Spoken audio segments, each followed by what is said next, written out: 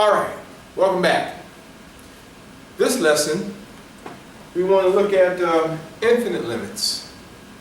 We'll look at the examples involving infinite limits and how we evaluate them. So first we start off with trying to understand what a vertical asymptote is. Vertical asymptote. Let's start with that. The vertical asymptote. Vertical asymptote. All right. So, for the vertical asymptote, here we go. If you're giving r of x, which equals this rational function here, p of x divided by q of x, vertical asymptotes are the VA.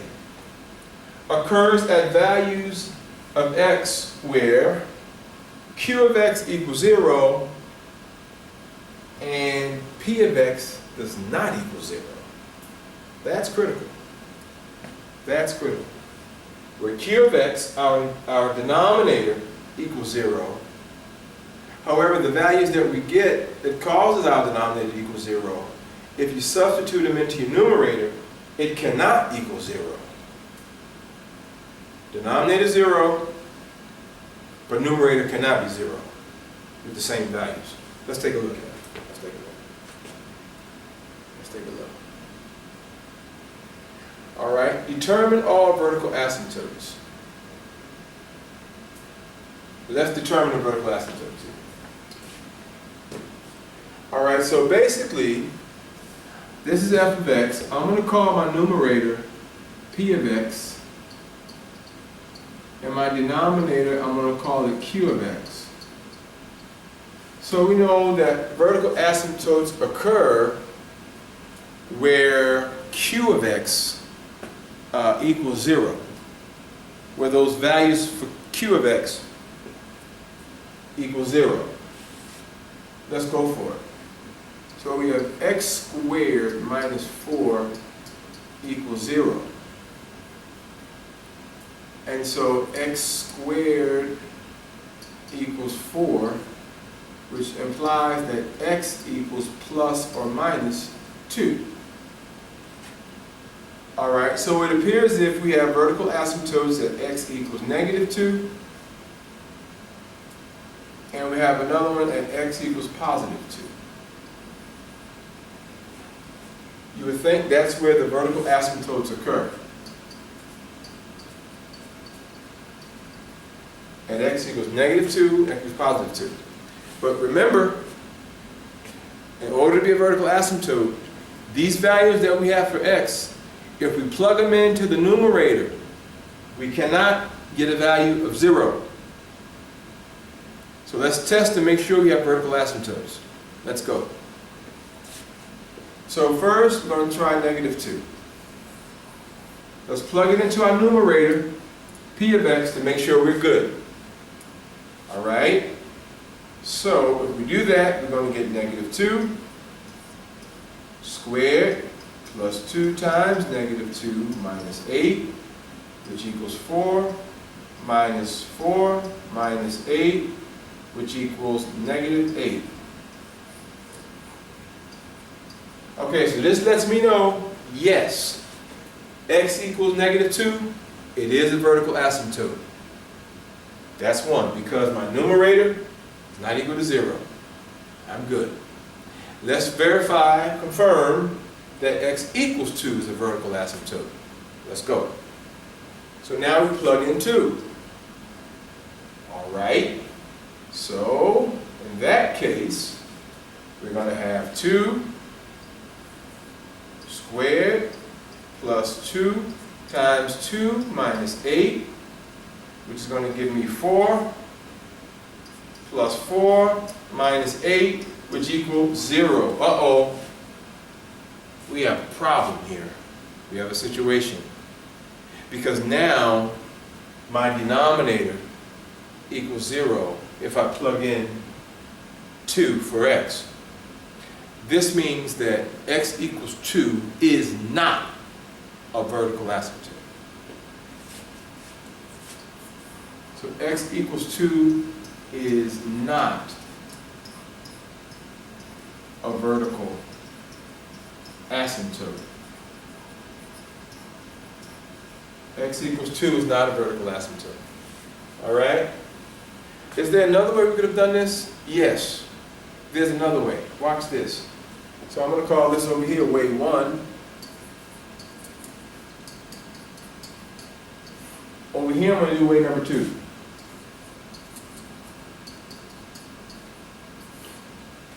You could have simply just factored, you know. Watch. Let's factor and simplify. F of x equals, factor my numerator.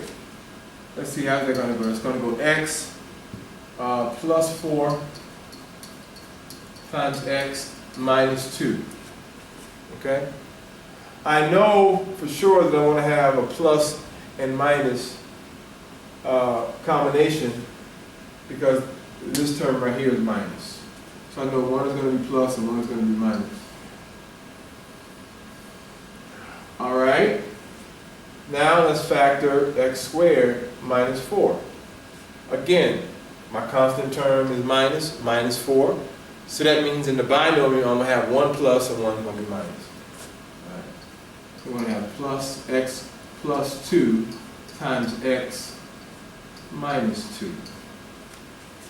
Okay. And now you can cancel out the binomials that are like. So this means that, watch this, x minus 2's cancel, goes to 1. All right? Therefore, since these two cancel out, therefore, x equals 2 cannot be a vertical asymptote. Cannot be a vertical asymptote.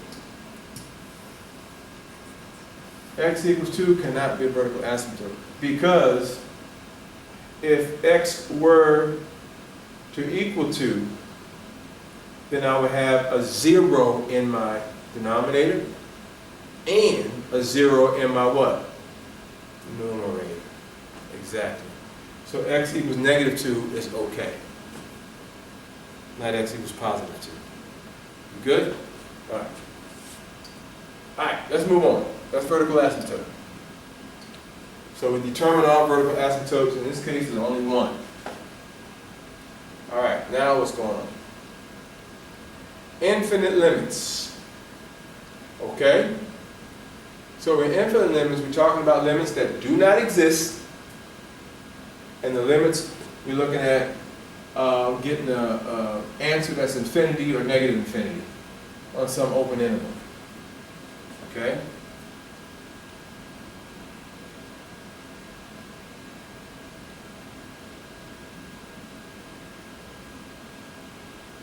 All right?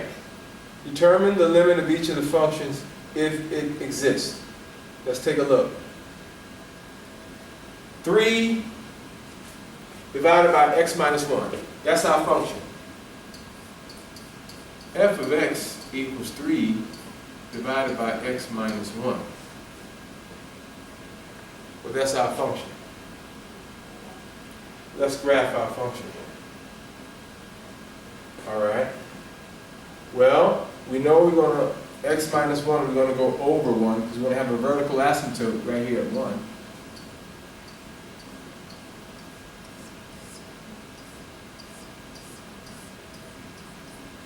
All right? And we also know that when x is 0, y is going to be negative 3.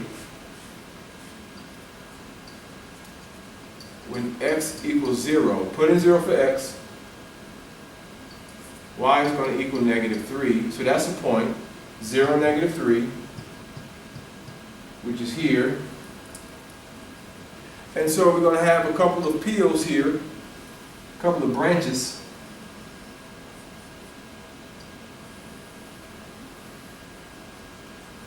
By graph. All right, we sketched the graph. That's the sketch of the graph. So the graph has been sketched. Now, I want to know what is happening as x approaches negative 1. As x approaches negative 1, what's the graph doing? I'm sorry, as x approach 1 from the left side, not negative 1, as x approach 1 from the left side, what's the graph doing? Well, let's approach 1 from the left side. Here's 1, here's the left side of 1, what's going on? So you are approaching 1 from the left side. Where are you going? Which direction are you going? Which direction? You're going toward negative infinity. So this equals negative infinity, which means that it does not exist. So from the left side, I'm approaching negative infinity. Well, as x approaches 1 from the right side, what's happening? All right? That means you start right and go toward 1 from the right side. And as x approach 1 from the right side, what's happening? You're going where?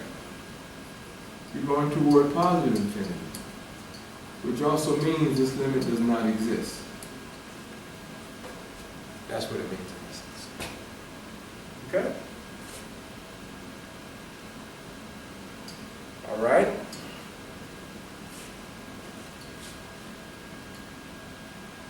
Let's continue to move on. Last one. So it's more of the same. All right, in this case, f of x equals 3 over x minus 1 quantity squared. Again, I have vertical asymptote at 1, at x equals 1.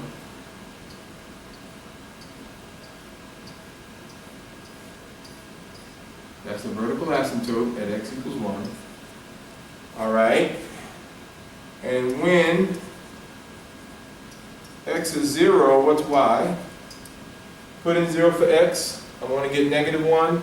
Negative 1 squared is 1. 3 over 1, 3.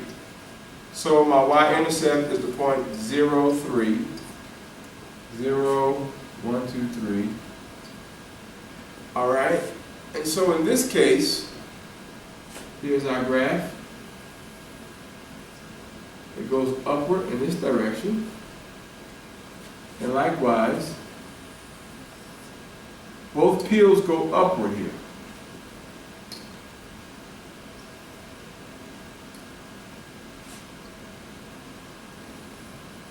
So both of the peels, both of the branches are going upward as we approach 1.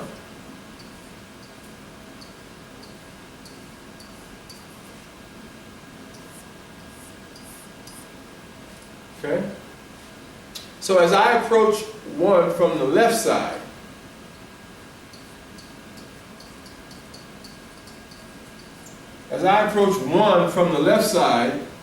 where's our graph going? Positive infinity or negative infinity? Positive infinity. Still means doesn't exist. And as I approach 1 from the right side, where's the graph going? Positive infinity. Means the graph still doesn't exist. Okay? The point here is, if you notice our last graph, we had a branch going downward and a branch going upward. This graph, we have both branches going toward positive infinity, going in the same direction. All right? And that's because our power here is even. We have an even power here.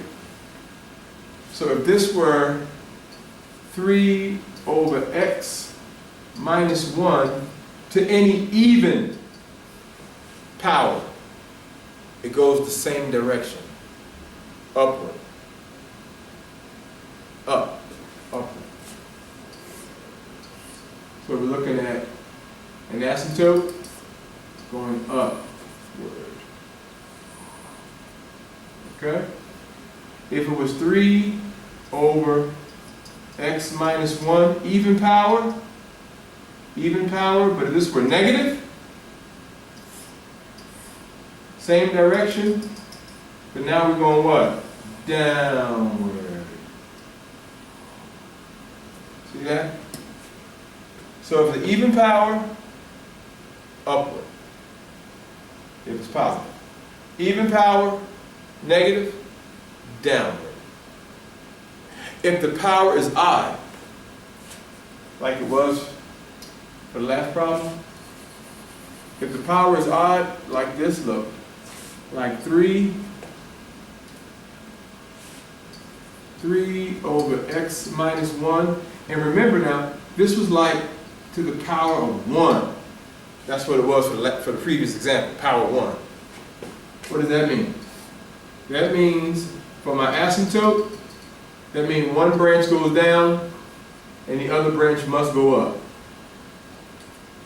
So when your power is odd, one branch will always branch down and the other branch will always go upward.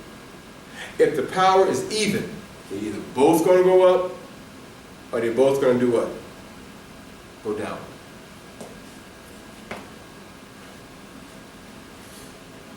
See you next time. Bye-bye.